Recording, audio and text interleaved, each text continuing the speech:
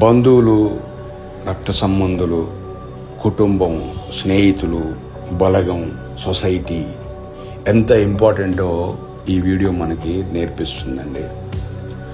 First time ఎగురుతూ ఉంది పక్షి, తన తల్లి దాన్ని ఫాలో అవుతూ ఉంది.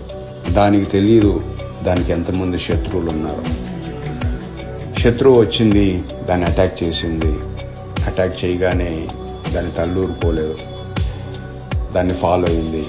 ఇది చూసిన దానికి సంబంధించిన బలగం అంతా లేచింది. చూడండి, అందరూ ఫ్రెండ్స్, బంధువులు అందరూ లేచి దాన్ని అటాక్ చేస్తూ ఉన్నాయి. దానికి వేరే ఆప్షన్ లేక దాన్ని వదిలేసి వెళ్ళిపోయింది. చూడండి, ఒంటరిగా ఉంటే ఎంత ప్రాబ్లం అయ్యేదో. అందుకే బంధువులు, స్నేహితులు, రక్త సంబంధులు, బలగం అనేది చాలా ఇంపార్టెంట్.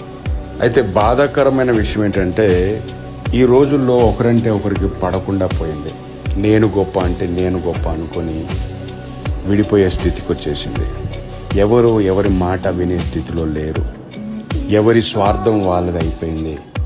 ఎవరి బెనిఫిట్స్ వాళ్ళు చూసుకుంటా ఉన్నారు. అయితే ఇలాంటి మంచి సొసైటీ క్రియేట్ అవ్వాలని కోరుకుందాం.